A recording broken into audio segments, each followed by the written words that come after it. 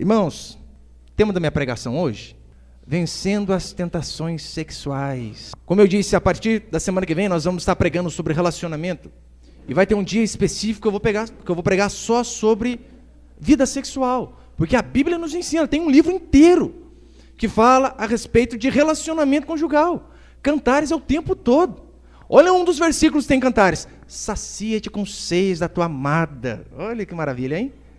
Então a Bíblia nos ensina tudo que nós precisamos saber para todas as áreas da nossa vida. E na relação íntima, também na vida conjugal, não é diferente. E hoje eu vou, na verdade, só dar uma introdução do que eu vou pregar depois. Eu vou pregar bem diferente. Mas para que você possa prestar bastante atenção, porque tem algum anjo aqui? Levanta a mão, por favor. Se não tem, você é tentado. Que isso, infelizmente, é o pecado. Mas olha o que diz. Segundo livro de Samuel, capítulo 11, versículo 1. Diz assim: decorrido um ano, no tempo em que os reis costumavam sair para a guerra, enviou Davi a Joabe e a seus servos com ele, e a todo Israel, e destruíram os filhos de Amon, e sitiaram a Rabá. Porém, Davi ficou em Jerusalém. Guarde bem isso aqui, Davi ficou em Jerusalém. O povo todo para a guerra, Davi ficou. Uma tarde, já começa aí dormindo muito. Uma tarde levantou-se Davi do seu leito e andava passeando no terraço da casa real. Daí viu uma mulher que estava tomando banho. Era ela muito formosa. Davi mandou perguntar quem era. Disseram-lhe: é Batseba, filha de Eliã e mulher de Urias, o heteu. Então enviou Davi mensageiros que o trouxessem. Ela veio e ele se deitou com ela. Tendo-se ela purificado da sua imundícia, voltou para sua casa. A mulher concebeu e mandou dizer a Davi: estou grávida. Aqui em 2 Samuel, capítulo 11, fala sobre a derrota, sobre o adultério de Davi. Eu fico imaginando tantos pregadores, tantos domingos, pregam a respeito desse mesmo texto, que talvez os ossos de Davi devem se remoer no túmulo, mas de novo, vai falar que eu errei, meu Deus do céu. Porque é algo contemporâneo. É interessante que Davi, ele fica de pé diante de um Golias, um gigante de aproximadamente 3 metros de altura, não causou nem medo no filho de Jessé, mas ele simplesmente destruiu aquele gigante de 3 metros de altura. Mas a tentação sexual é algo tão terrível que uma mulherzinha de 1,5 metro derrubou o homem segundo o coração de Deus. Eu não sei se tinha 1,5 metro, mas o que um gigante não conseguiu fazer com um homem segundo o coração de Deus, diz a palavra que uma mulher conseguiu fazer: destronar o rei, tirar o rei do caminho correto. Depois de Jesus, Davi é o homem mais citado em toda a Bíblia. Se não tivesse Jesus na Bíblia, o homem mais citado em toda a Escritura seria o próprio Davi. E a Bíblia nos ensina que nós devemos ser extremamente radicais contra todo tipo de pecado, principalmente contra o pecado sexual, porque é algo terrível, que destrói o corpo. Pastor, mas pecado não é tudo pecado? Sim, é. Mas olha o que diz 1 Coríntios 6,18. Fugir da impureza. Qualquer outro pecado que uma pessoa cometer é fora do corpo, mas aquele que pratica a imoralidade peca contra o próprio corpo. Todo pecado é pecado, mas aquele que pratica a imoralidade peca contra o próprio corpo. E lembrando, diz a palavra que o nosso corpo é templo do Espírito Santo. Então é algo sério, sim. E por que aqui Paulo diz fugir da impureza? Talvez você pense: olha, Paulo já sabia que aqui no ano 2000 a sensualidade ia ser tremenda, e é por esse motivo que ele escolheu: foge da impureza, que vai ser difícil. Irmão, se você pensa que hoje, em nossos tempos, é difícil manter puro, você não tem noção. Na época de Paulo era muito pior. É só você ler um pouquinho da história grega, onde Paulo vivia naquele período ali. Existiam algumas mulheres conhecidas como ninfas, que eram prostitutas cultuais, que os pais criavam a filha a vida inteira para que ela servisse no culto. Sabe de que maneira? Tendo relação sexual com os visitantes. E para ele, nossa, era o ápice. No culto deles tinha esse tipo de depravação. Eu não sei se você já percebeu, qualquer estátua grega, normalmente os mais ricos põem lá no jardim. Como que é aquelas estátuas gregas? Toda coberta? Tudo sem nada. Peladinha de tudo. Sabe por quê? Essa era a cultura da época. Depravação total. E é por esse motivo que Paulo vem e diz para mim e para você: fugir da impureza. Porque infelizmente A impureza está estampada em todo lugar. É um outdoor que às vezes você está passando com o seu filho de 5 anos dentro do carro, e está lá, a princípio, um anúncio de venda de roupa íntima feminina. Mas é a sensualidade, o tempo todo, bombardeando a cabeça dos homens, a cabeça das crianças, a cabeça dos adolescentes. Televisão, às vezes você liga para assistir um jornal. Tem sensualidade, tem impureza. Desenho de criança. Já percebeu? Tem a menininha lá com a blusa apertadinha, com a barriguinha de fora, com aquela calça justa que parece um embalado a vácuo. Sensualidade. O tempo todo. Não tem de onde fugir. Ainda mais quando faz calor. Graças a Deus faz 2 semanas, está frio. 1 semana. Mas no calor é terrível. As pessoas ficam totalmente sem roupa e a sensualidade só aumenta. Davi, é interessante que ele não teve medo de um Golias de 3 metros de altura, ainda foi valente. Vou contra ti. Mas não vigiou e caiu diante de uma moça. E vocês lembram o que Davi fez para consertar a burrada, não é? Davi então tinha feito já toda aquela bagunça, e o que ele pensou? Eu preciso dar um jeito. Já que eu errei, eu preciso reparar o meu erro. Ele tenta reparar e erra muito mais. Ele vai então, manda chamar o soldado, Urias. Urias, vem para cá, vou dar uma semana de folga para você, meu soldado. Vai, deita-te com a tua mulher e desfruta dela. Irmãos, quem foi militar aqui sabe como que é o negócio. Você está na guerra, quase morrendo. O comandante chama você para ir para casa, ficar com a sua esposa, você nem pensa 2 vezes. Você vai correndo. Mas diz a Bíblia que Urias era um homem com um coração tão para Deus, que ele ficou sentado no palácio, na porta do palácio do rei, e não entrou para se deitar com a sua esposa na sua casa, mesmo o rei ordenando. Então diz a Bíblia que Davi vai e embriaga o homem. Vai, não, vamos beber um pouquinho, dá presente para Urias. Esperando que Urias entrasse, se deitasse com a esposa dele. Ela estava grávida e o problema resolvido. Viveram felizes para sempre. Só que não. Urias, eu acho que ele devia ser chamado homem segundo o coração de Deus. Preferiu ficar ali, do lado de fora. Daí depois então, como Davi viu que não tinha solução, escreveu uma cartinha para o seu comandante Joabe e disse o seguinte: Joabe, disse para Urias, leva essa cartinha para Joabe. E naquela cartinha estava a sentença de morte dele, que era para ele ser colocado na frente da batalha, e então ele foi colocado e acabou morrendo. Davi poderia pensar, olha, eu resolvo esse problema aqui de um jeitinho rápido e felizes para sempre. Só que não foi assim que aconteceu. Como diz a Bíblia, o vosso pecado há de vos achar. Seja o pecado no ímpio, seja o pecado no crente, ou seja o pecado no homem segundo o coração de Deus. Não tem para onde eu e você fugirmos. Gálatas 6 diz: de Deus não se zomba, aquilo que o homem semeia, ele colhe. E a consequência primeira que houve na vida do homem segundo o coração de Deus é que aquele filho de Betseba morreu. E depois diz a palavra do Senhor que a espada não saiu da casa do homem segundo o coração de Deus. Um filho tentando estuprar outra filha, um filho tentando roubar o reinado do pai. Dali em diante teve um histórico de morte. A família daquele homem segundo o coração de Deus. Tudo por conta de uma olhadinha. Deixa eu dar uma olhadinha para ver como que está.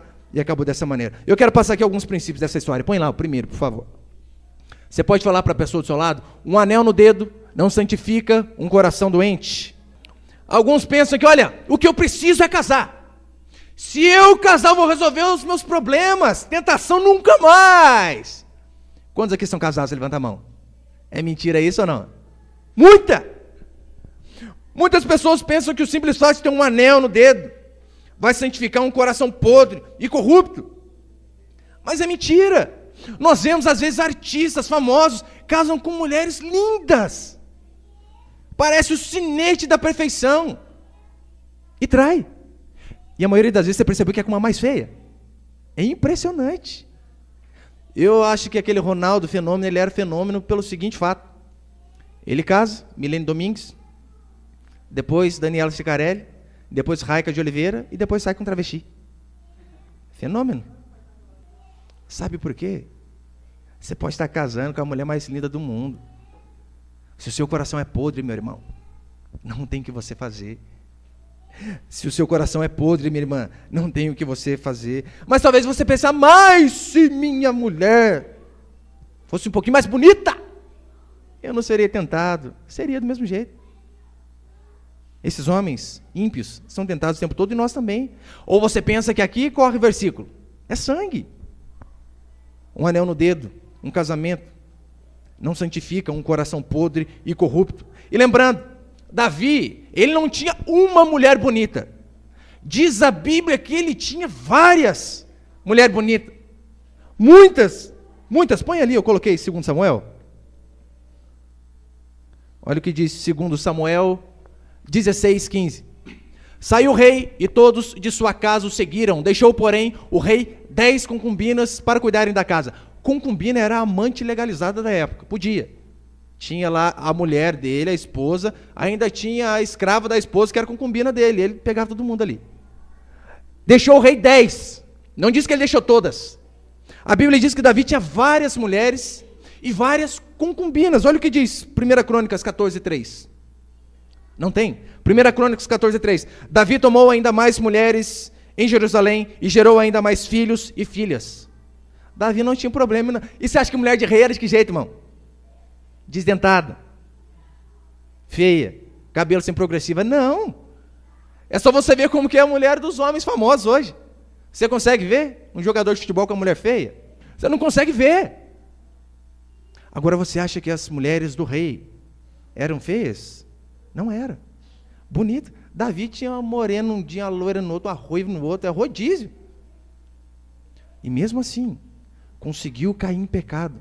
Porque nem o fato de ter várias, hoje graças a Deus não pode, mas nem o fato de ter várias, conseguiu santificar o coração desse homem. Porque um anel no dedo não tem esse poder. O ser humano, diz a Bíblia, tem uma natureza maligna dentro de si. E quando eu falo do homem, é óbvio que eu não me estou referindo apenas ao homem, a mulher também. É que na verdade nós somos rotulados como mais pecaminosos. Mas todos, tanto homem como mulher.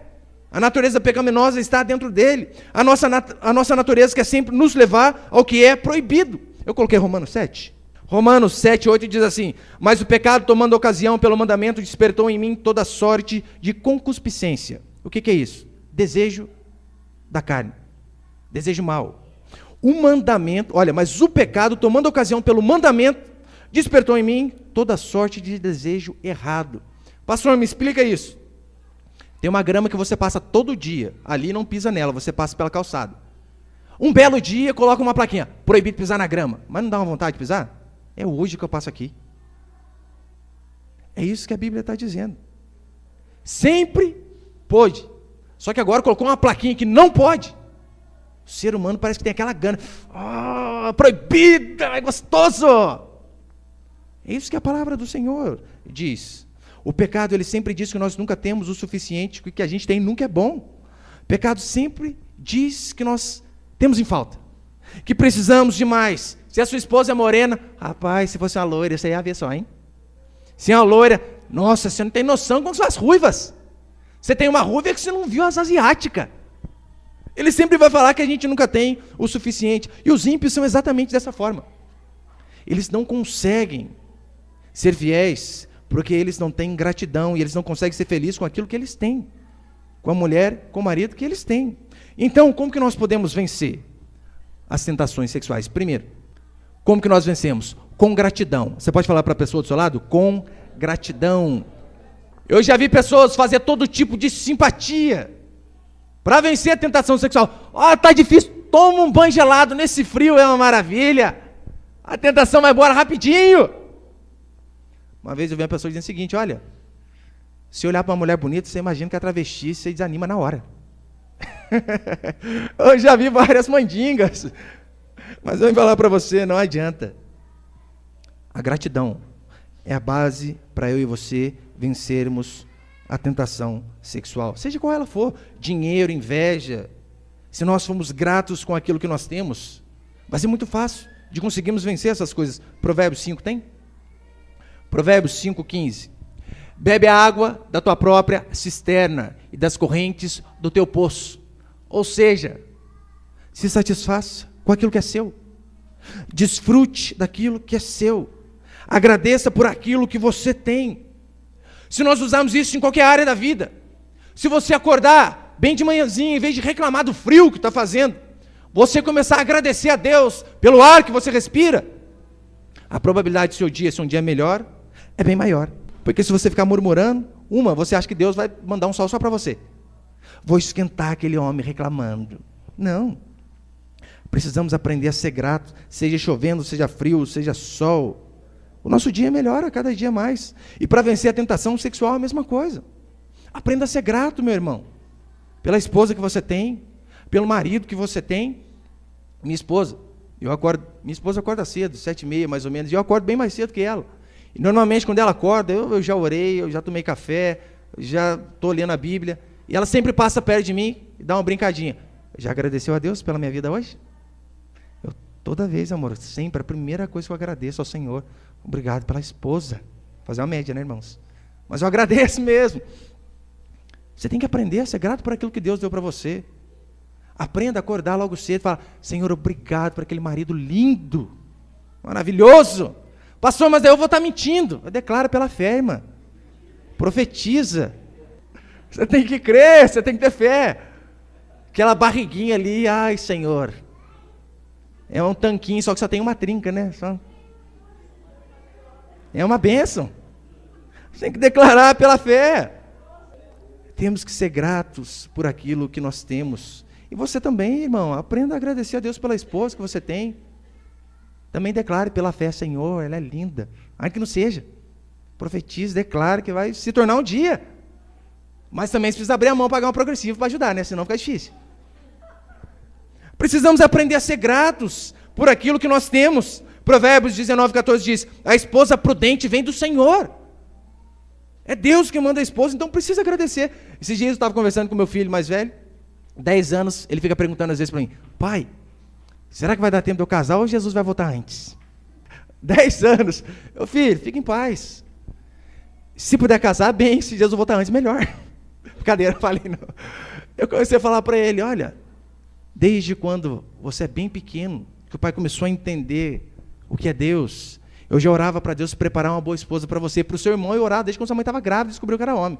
Deus prepara uma esposa boa para os meus filhos, porque eu sei a importância de uma mulher que ajuda, que coopera. E nós devemos ser gratos por aquilo que nós temos. Mas, segunda forma de vencer a tentação sexual.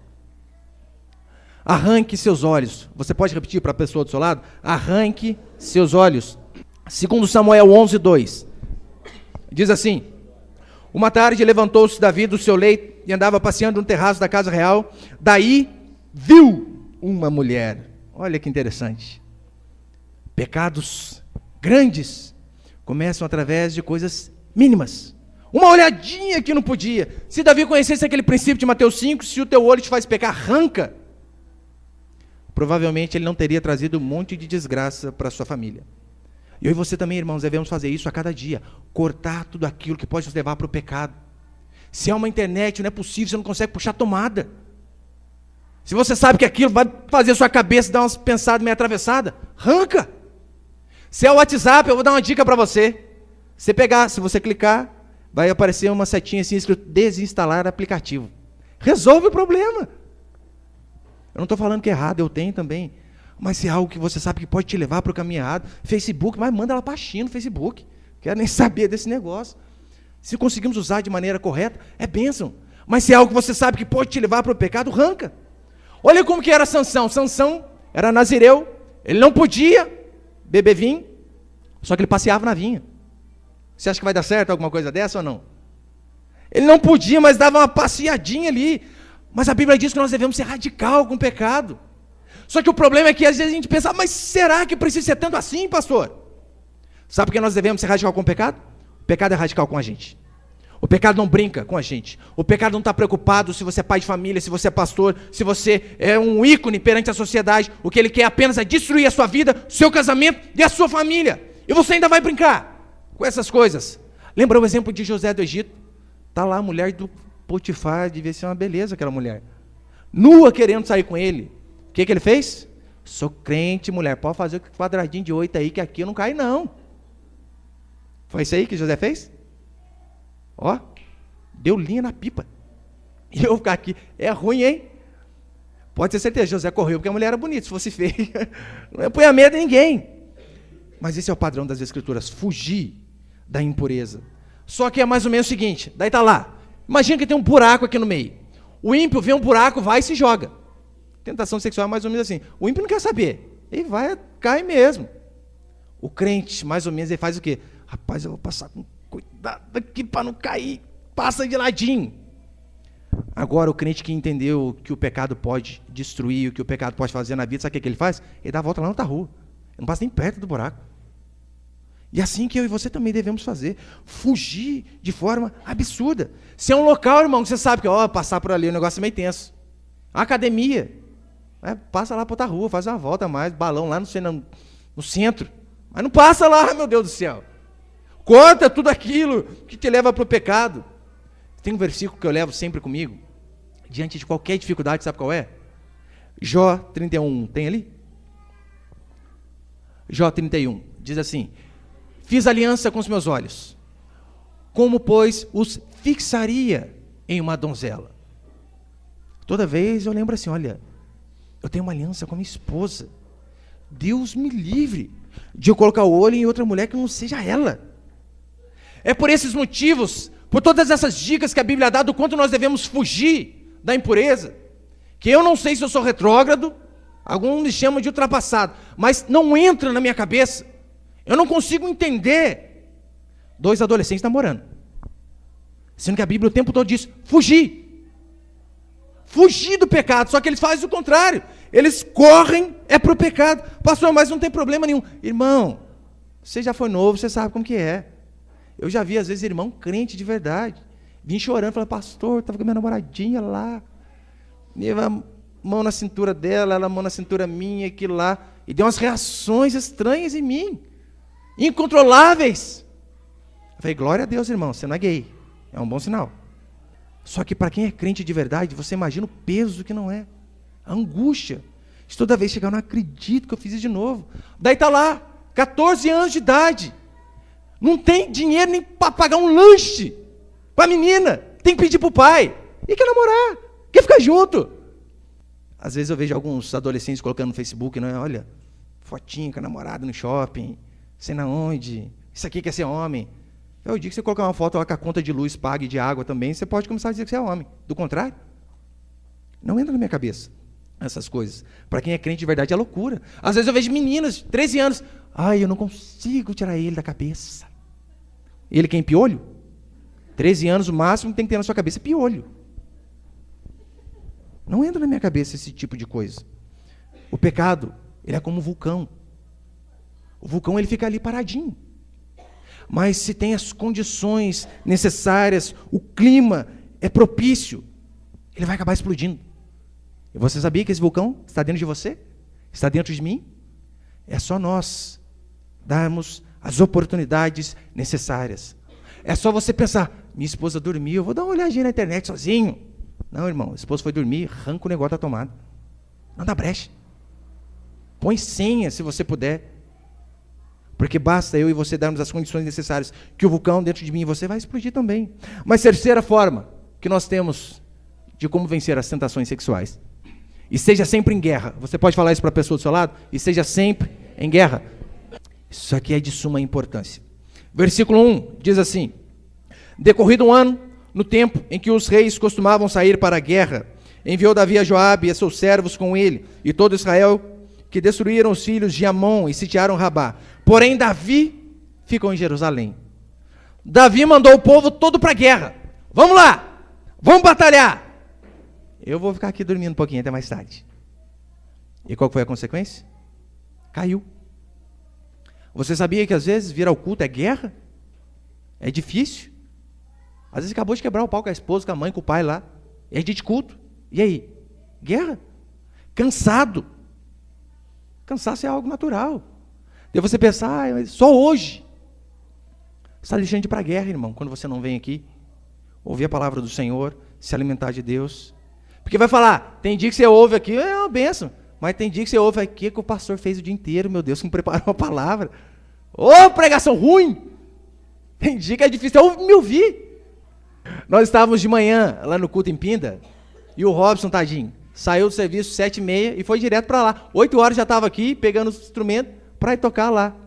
Eu estou pregando lá, daqui a pouco eu olho para ele e dá aquelas piscadas de 5 segundos, sabe? Câmera lenta. Meu irmão acabou de sair de serviço, foi pro culto, é óbvio que está cansado. Ele esperto, já levantou, já ficou de pé ali atrás. Vai, aqui eu estou pescando, vou dar um jeito de ficar de pé. E agora está no culto de novo. E vai trabalhar daqui a pouco, às 11. É guerra, irmão. Nossa, é difícil. E aguentar o pastor falando dele ainda, imagina. Nessas horas, a gente pensa, eu podia ficar em casa descansando, eu sou filho de Deus, vou trabalhar daqui a pouco. Você tem essa opção. Aquele dia que parece que o sofá dá uma abraçada, né? O sofá parece que condensa, que você vem comigo. E às vezes você é tentado a ficar ali, a cama chamando. Você deixa de vir para a guerra, quando você decide ficar em casa. Davi, se ele tivesse na guerra, ele não teria tempo de pensar essas asneiras que ele pensou. Então, irmão, Golias, desafios, guerras, fazem bem para nós. Mateus 26 diz, vigiai e orai, para que não entreis em tentação. E que dia que você vigia? Assistindo Faustão na sua casa? Não. Vamos falar um pouquinho de Betseba também? Fala só dos homens, não dá, né, irmã? Eu vou falar de você também, é óbvio. Você acha que o culto é só para homem? Vamos falar dessa mulher. Eu sei que quando a gente fala, por exemplo, sobre tentação sexual, o homem é rotulado como mais pecaminoso. E já ouviu aquela frase? Homem não presta. É mesmo, você conhece todos? Então não fala. Mas eles dizem, olha, o homem todos são desse jeito. Por quê? Sabia que em média o homem pensa em sexo 20 vezes mais que a mulher? 20 vezes. Para você que é casado, irmão, você pode estar moído. Sua esposa esbanjou um pouquinho de vontade, vai. Porque depois vai demorar o negócio. Pode estar morrendo, dá uma ressuscitada lá. Que vai demorar. Mas as pessoas pensam que o homem é mais pecaminoso.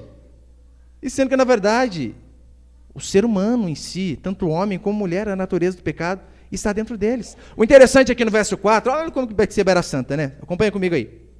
Então, enviou Davi mensageiros que a trouxessem. E ela disse, não vou, sou mulher de Deus, fiel ao meu marido, e tenho um compromisso com ele. É esse aí que diz aí, esse versículo ou não? Não, claro que não. Diz que Davi violentou Betseba, trouxe a força. Não, olha aqui. E ela veio, fez nem esforço. Chama ela lá. Eu não preciso nem chamar, já estou indo já, rei. Eis-me aqui. Só faltou dizer isso aqui. Então ela tinha culpa no cartório também. Ela não disse que era compromissada. Não, também tem culpa. Eu acho que o mais pervertido daqui, na verdade, é ela. Está lá. Irmão, é idiotice demais, né? Toma banho, você não olha, você a gente vendo.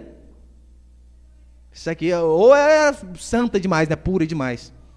O que é difícil, mas é terrível. Se você está na sua casa, você tem filho pequeno, você toma cuidado de fechar a porta, para o filho não passar e ver. Agora, você está lá tomando banho, ela não olha, tem a torcida do Corinthians, podendo ver.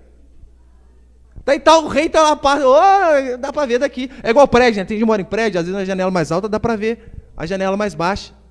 Se você tem um pouquinho de pudor, você pensa 10 mil vezes antes de passar ali de toalha. Agora Betseba não, está ali. Pastor, mas daí ela deu brecha, é verdade. Não, o Davi pecou também, não estou defendendo o lado dele não, irmãos, pode ter certeza. Mas convenhamos, ela também abusou da boa vontade dele, né?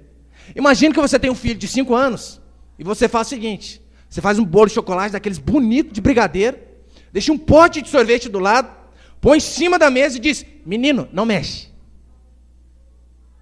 Ou ele vai comer, vai apanhar de você depois, ou você vai matar o menino de angústia. É tentação demais para uma criança. E essa mulher, então? Tomando banho, a Deus dará. Tudo lá. Também ajudou em muito. Mateus 18 diz, qualquer porém que fizer tropeçar um destes pequeninos. Então, irmã, você tem que tomar muito cuidado, sabe no quê? Para você não fazer as pessoas tropeçarem. Talvez você não faz errado, mas por sua conduta você acaba fazendo as pessoas tropeçar. E nudez na Bíblia, eu coloquei ali, nudez na Bíblia está sempre associado à vergonha. Lembra de Adão e Eva? Eles pecaram e eles viviam nus, normal, sem vergonha. Depois do pecado, olharam um para o outro e sentiram vergonha e tiveram que se cobrir. Nudez é pecado, em toda a Bíblia. Eu não estou dizendo que beleza é pecado. Beleza, segundo a palavra, é bênção. Coloquei Cantares. Cantares 1. Cantares 1 diz: formosas são as tuas faces entre os teus enfeites, o teu pescoço com os colares. Parafraseando, formosos são os seus cabelos, a progressiva, e por aí vai. A Bíblia não condena a mulher se vestir bem, a mulher se cuidar. Provérbios 15:13 diz que um coração alegre aformoseia o rosto. Deus não tem nenhum problema com beleza. Beleza é bênção. Sensualidade é do diabo. Sensualidade é pecado.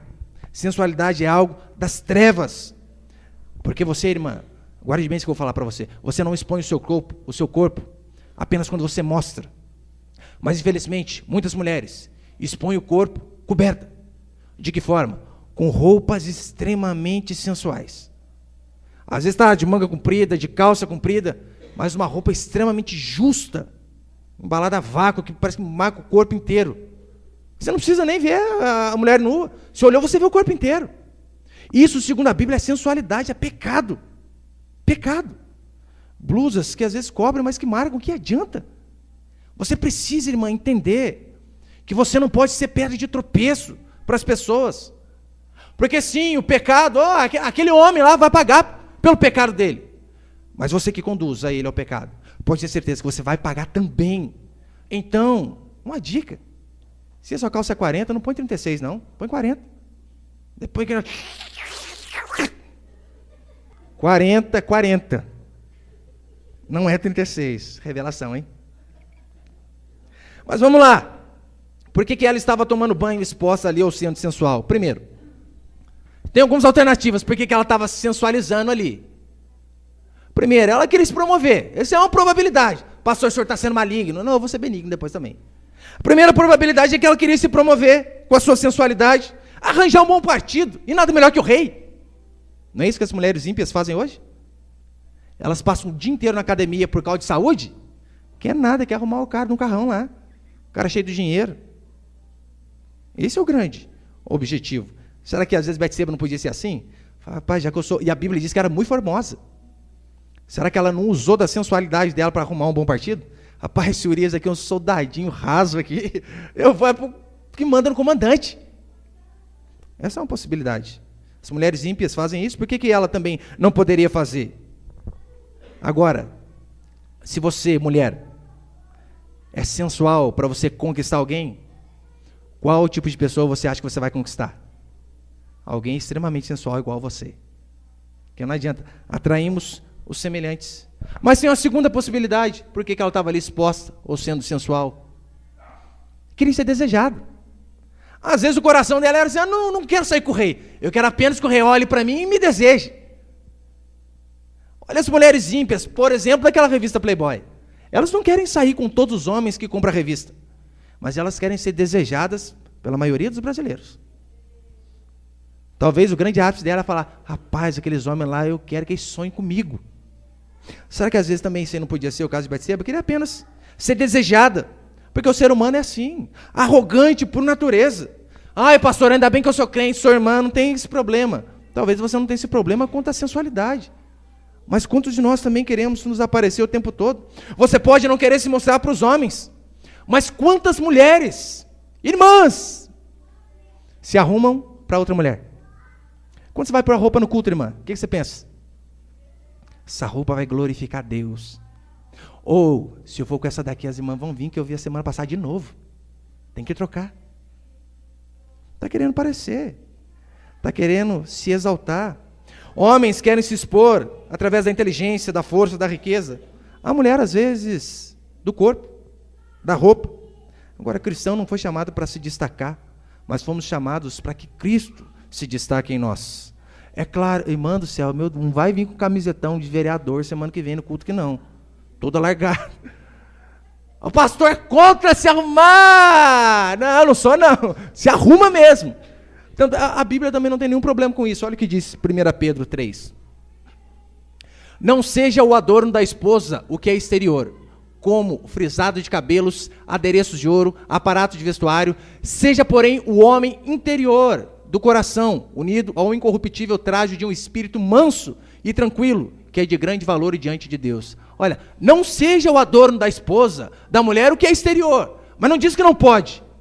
O que deve aparecer principalmente é o homem interior, é o que você é por dentro, é o que você é como mulher de Deus. Esse sim deve aparecer sempre. Então Deus não tem problema com a beleza, Deus tem problema é com a sensualidade. Com isso Deus tem problema. Mas, terceira possibilidade, por que ela estava lá se expondo? Ela era descuidada, tadinha, né? Sendo bem benigna, hein? Ela estava lá, não viu. Tinha uma torcida assistindo ela tomar banho. Eu estava lá, eu não estou nem aí, estava cantando a musiquinha. E não viu que o rei estava de olho nela. É uma possibilidade meio absurda, mas é a possibilidade. Não seja descuidada, irmã. Não seja como Betseba. Olhe as roupas que você veste. Pense nas roupas que você veste. Quando você for abaixar, pelo amor de Deus, segura a camisa atrás. Homem apareceu com a frinha, é feio, mulher é ridículo. Preste atenção nas coisas que você faz. Antes de vir para o culto, dá uma testadinha na camiseta lá. Porque você sabe, às vezes que a gente está aqui no louvor, levante a sua mão, daí está lá, a blusa justinha. Levante a sua mão, já vai, parece metade da barriga. Se avalie. Dá uma olhada, dá uma abaixada, levantada, para dar uma bananeira. Para ver como está a roupa. Mas experimenta. Vê se quando você abaixar, o decote não vai aparecer. Deus me livre, tem algumas mulheres que às vezes abaixam na frente da gente, só falta você ir pular para fora. É horrível isso. É horrível para você. E horrível para a gente que é homem também. Então você tem que aprender a ter mais pudor. Se está com uma calça mais apertada, tem aquela calça leg, né? É legging que chama? É por aí. É uma calça extremamente sensual, mas você vai pôr, põe às vezes uma bata que vai pelo menos ali até próximo do joelho, para que esconda todo o resto do corpo. Colocou apertado em cima, coloca um pouco mais larguinho embaixo, ou vice-versa.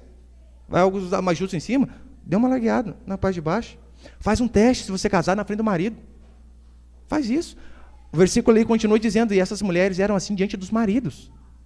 Vai sair, chama lá o marido e fala, amor, tá boa a roupa? Tá marcando, tá sensual, quer que troque? Seu marido vai sim saber falar para você se está boa ou não. Dá uma baixadinha na frente dele, faz um teste ali. Eu venho falar para você que é marido, para você que é homem. A roupa que a sua esposa veste é responsabilidade sua. Se a sua esposa sai com qualquer tipo de roupa, é porque você é o culpado. Você não tem impulso suficiente para dizer, esposa minha não sai com essa roupa. Esposa minha não usa esse negócio do diabo, tomara que caia. O teu nome é maligno. Terrível. Daí está lá, a esposa usa, você deixa. A filha usa, você deixa. Absurdo. É responsabilidade sua esposa, meu irmão. Você tem que cuidar dela. Eu sei que falar de roupa para a mulher, nossa, é terrível. É briga na certa. Pastor, com você também? Também foi assim. De vez em quando agora, dá um recaído. Não adianta, a mulher acaba de se arrumar. Você fala, amor, essa roupa não está boa. Fala, dá uma saidinha logo. Depois você volta para ver o clima, como que está. É terrível o negócio, irmãos passaram por isso, sabe como que é. Mas vai deixar sair de qualquer jeito? Não. Se for necessário, fala então, vai com essa aí? Não vai tirar? Vamos ficar nós dois em casa, acabou. Não sai. Ah, mas eu ia no culto. Deixa ela em casa e vem sozinho. Mas não deixa usar qualquer tipo de roupa. A Bíblia diz que um rei chamado Ezequias mostrou todo o seu tesouro para um outro rei. Sabe o que aconteceu? Perdeu tudo. Sua esposa é o seu tesouro, meu irmão. Você vai ficar expondo aí? Amostra? Vai ficar colocando para todo mundo ver? O que é seu, você tem que guardar. Eu coloquei Provérbios 5,15. Provérbios 5,15. Bebe a água da tua própria cisterna e das correntes do teu poço. Derramar-se-iam por fora as tuas fontes e pelas praças os ribeiros de águas. Seja para ti somente e não para os estranhos contigo. Ei, irmão, a sua esposa é sua. Você não tem que fazer da sua esposa um outdoor. Tem uma musiquinha 10 mil anos do capeta aí, lembra? Tudo que é bonito é para se mostrar, é nada. É bonito para mostrar para o marido. Não é bonito para mostrar para os outros. Eu sei que quando nós falamos assim, olha, irmão, olha a roupa que a sua esposa veste. Muitas vezes eu sou taxado como machista. O seu marido, talvez, quando ele falar para você, amor, essa roupa não está boa, troca. Talvez ele pode ser taxado de machista também. Você talvez ache isso dele. Mas eu tenho opinião contrária. Eu acho que, na verdade, ele ama você e se preocupa com você por isso. Ele não quer te perder. E ele não quer que você saia se expondo na rua. E é óbvio também, né, irmão? Não adianta você só cobrar da esposa, não dá condição. Dá um cartãozinho para ela no shopping, comprar umas roupinhas lá. Amém, irmãs? Vocês não ficam bravas comigo só, né? Tem que ajudar um pouquinho. Deixa lá uns R$80 de limite, fala, gasta à vontade. Ô louco, irmãs! R$80 é muito dinheiro. Nossa! Vai no bazar primeiro, pra você ver o tanto de copo você não compra com 80 conto. Você quer ir nas boutiques da vida lá, daí não adianta. Daí você quebra o seu marido. Esse dia eu estava conversando com minha irmã, ela estava falando para mim, não, meu marido, pelo menos, se fizesse uma compra boa, não precisava ficar pedindo roupa toda vez. Nossa, eu 30 mil não precisava de mais nada. Ô louco! 30 mil! Meu Deus do céu, irmã. Seu marido trabalha muito. Trabalhar muito. Mas Cantares 4:12 diz assim, jardim fechado és tu, minha irmã noiva minha, manancial recluso, fonte selada. Olha que legal, hein? Jardim fechado, particular, não é aberto ao público a sua esposa. Sua esposa foi feita para se guardar para você. E para terminar, o último importante demais, para as casadas, é óbvio. Satisfaça seu marido. Você pode falar para a pessoa do seu lado? Satisfaça seu marido. Uma das maneiras, irmã, que você tem de ajudar o seu marido a não ser tentado é satisfazendo ele em casa. Só que o problema é o seguinte, daí lá, se arruma para ir para o shopping, se arruma para vir para a igreja, põe um salto 15, entra no carro para ir embora, já arranca e põe a havaiana. É por aí já, né? No meio do caminho já arranca, já vai desmontando tudo. Chega em casa, o marido entra no banheiro, ela vai e põe a camiseta lá, Jorjão, vereador, 5237. Manda, é difícil, hein? Daí nem defunto levanta. Tem que se arrumar também, tem que satisfazer o marido. Olha o que diz, Provérbios 5:18. Seja bendito o teu manancial e alegra-te com a mulher da tua mocidade. Você foi chamado para dar alegria para o seu marido no casamento, irmã. Alegra-te. Agora tem marido que chega em casa, não vê a hora de ir para o serviço, faz a hora extra, porque chega em casa é tristeza. Mas olha o que diz. Seja bendito o teu manancial e alegra-te com a mulher da tua mocidade. Corça de amores e gazela graciosa.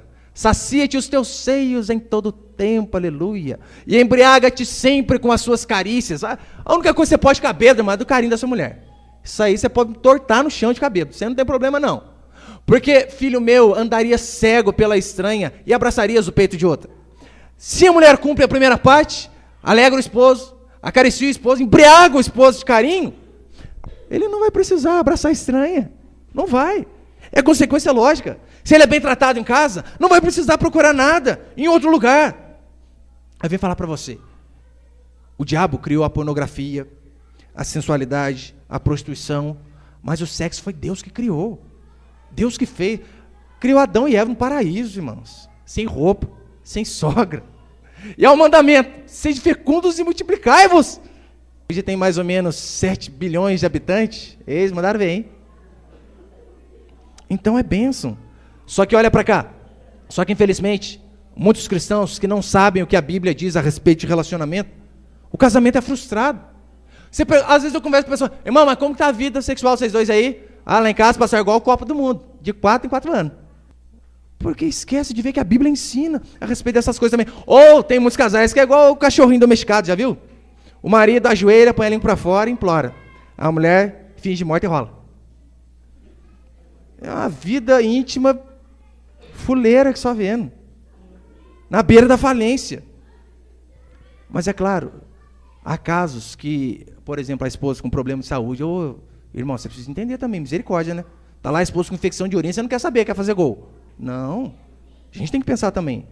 Só que, se você está sempre cansado, sempre indisposta, sempre com dor de cabeça, diz a Bíblia que é pecado, irmã. Para encerrar, 1 Coríntios 7:3. 1 Coríntios 7:3. O marido concede à esposa o que lhe é devido. E aqui, lembrando, o capítulo de 1 Coríntios 7 é só a respeito de casamento, relacionamento. Paulo explica a doutrina do casamento. O marido concede à esposa o que lhe é devido. E também, semelhantemente, a esposa ao seu marido. A mulher não tem o poder sobre o seu próprio corpo. Pega esse versículo depois e põe na cabeceira lá, irmão. Não tem poder sobre o seu próprio corpo. E sim o marido. E também, semelhantemente, o marido não tem poder sobre o seu próprio corpo. E sim a mulher. Não vos priveis um ao outro. Falando de vida íntima. Não vos priveis um ao outro. Salvo talvez por mútuo consentimento. Se os dois concordarem, por algum tempo, para vos dedicardes à oração, e novamente vos ajuntardes, para que Satanás não vos tente por causa da incontinência. E isso vos digo como concessão, e não por mandamento. Paulo está dizendo que é o seguinte: a única possibilidade da relação íntima parar é se os dois concordarem por motivo de oração. Às vezes eu vou fazer alguns jejuns mais longos, às vezes pego uns 5 dias sem nada. Eu falo para minha esposa: amor, eu vou fazer tal dia, tem algum problema para você? Você ia falar: tem. Eu falo: então não vou fazer mais, desisti agora. Porque ela tem que concordar, diz a Bíblia. Mas a Bíblia diz que só por mútuo consentimento, e por pouco tempo, para que por causa da incontinência, Satanás não vos tente. Então, Deus nos chamou para termos um relacionamento íntimo também saudável. E acima de tudo, nos chamou para ser homens e mulheres de Deus que não sensualizam. Não interessa a moda que o mundo dita. Você, irmã, você, irmão, foi chamado para andar segundo o padrão de santidade do nosso Deus. E sem santidade, diz a palavra, não há possibilidade de agradarmos a Deus. Amém?